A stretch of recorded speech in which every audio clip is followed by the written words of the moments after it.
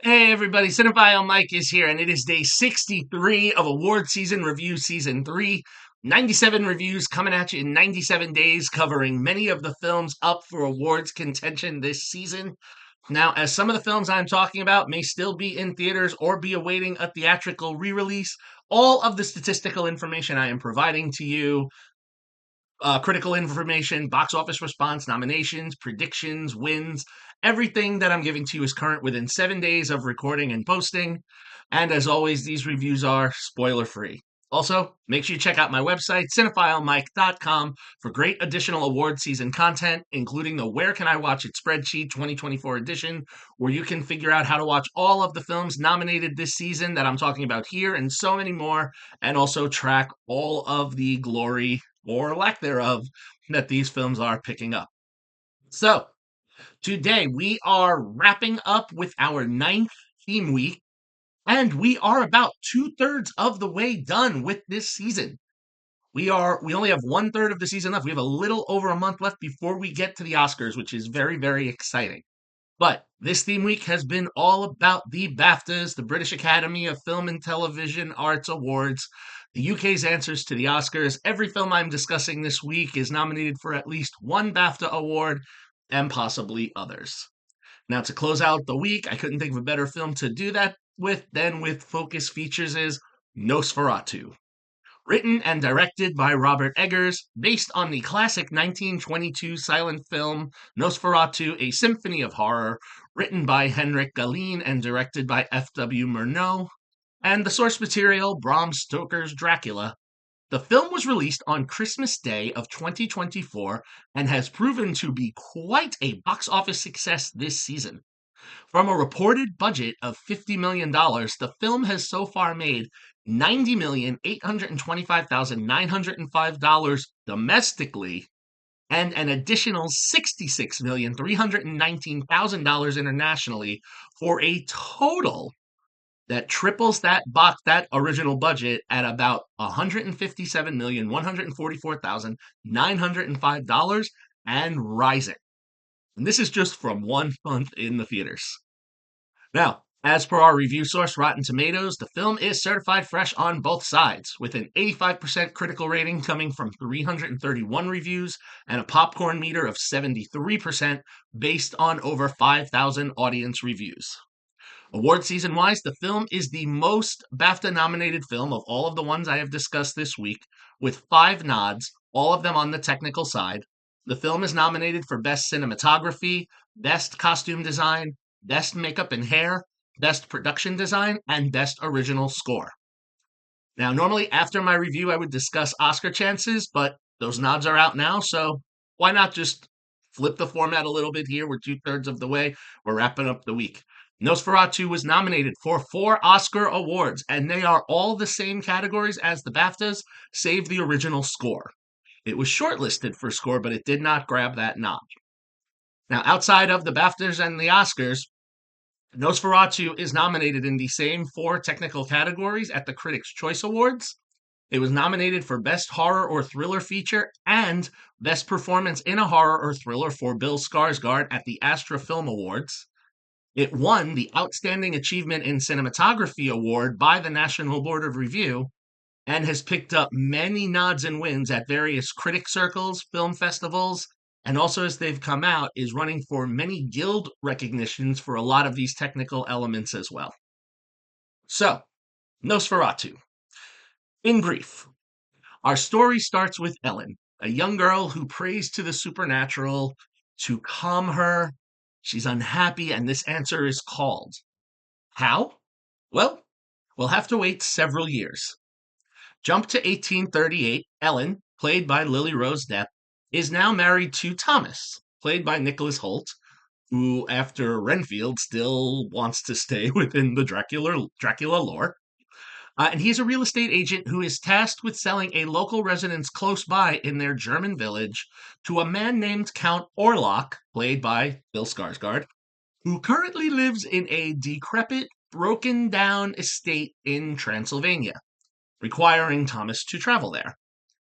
Ellen Not in love with the idea of her husband leaving her alone, she has been haunted by her dreams of the wishes made years earlier. Thomas leaves her to stay with their friends Friedrich, played by Aaron Taylor Johnson, and his wife Anna, played by Emma Corrin, and their children so that she won't be alone. While with them, Ellen suffers major seizures and sleepwalking bouts as a result of something going on within her. Unsure of what to do, Frederick and Anna reach out to Dr. Wilhelm Sievers, played by Ralph Ineson, but he is unable to treat her. He tries, he does some things, but does not seem to be improving, which makes him believe that what is wrong with her may go beyond basic or natural law. So he reaches out to a colleague who is an expert in the occult, Professor Albin Eberhard von Franz, played by Willem Dafoe, returning to the Nosferatu world in a very meta way, which I'll get to shortly. And he may be able to help Ellen. Now, across the country is Thomas addressing matters with the strange Count Orlok, who has deeper connections to Thomas and Ellen that are not quite as upfront as they appear to be. Through a series of events, Thomas will get away from Orlok, but not before he suffers at Orlok's hands, and he tries to get home to save everyone before Orlok comes to Germany, but a vicious plague has overtaken their town, and, well, is it a plague or is it something else as the rats run through the streets? When Orlok arrives in the town, all hell breaks loose to say the least. Seeking assistance, Thomas and Friedrich work with Sievers and von Franz to try and see if they can stop what's going on, but this will not be without the very powerful looming presence of death and the screams that we hear as we move towards our conclusion. I have to say, Eggers again crafts really a beautiful story with rich visuals that are truly stunning to see and disturbing to look at.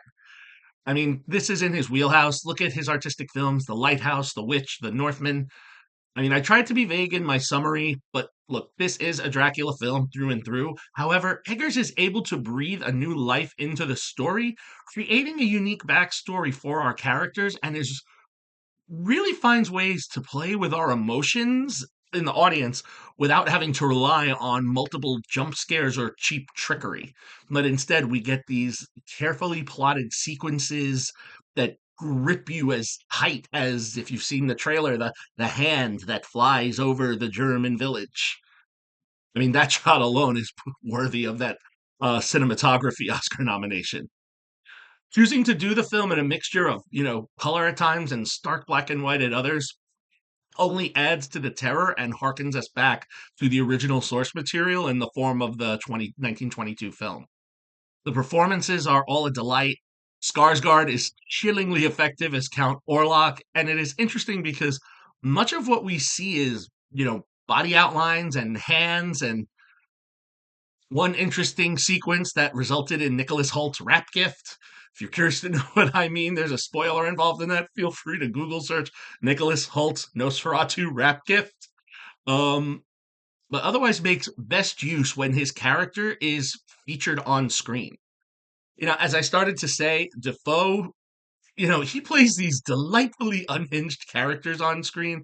And this one was a little bit funny to watch because, people may remember 25 years ago, he earned his second Oscar nomination for playing Max Schreck, who was the actor who played Nosferatu um, in the original film. So in the film Shadow of a Vampire 25 years ago, that was a film, the making of Nosferatu. So it's very meta in a way to see Defoe return to this, and he's absolutely a delight.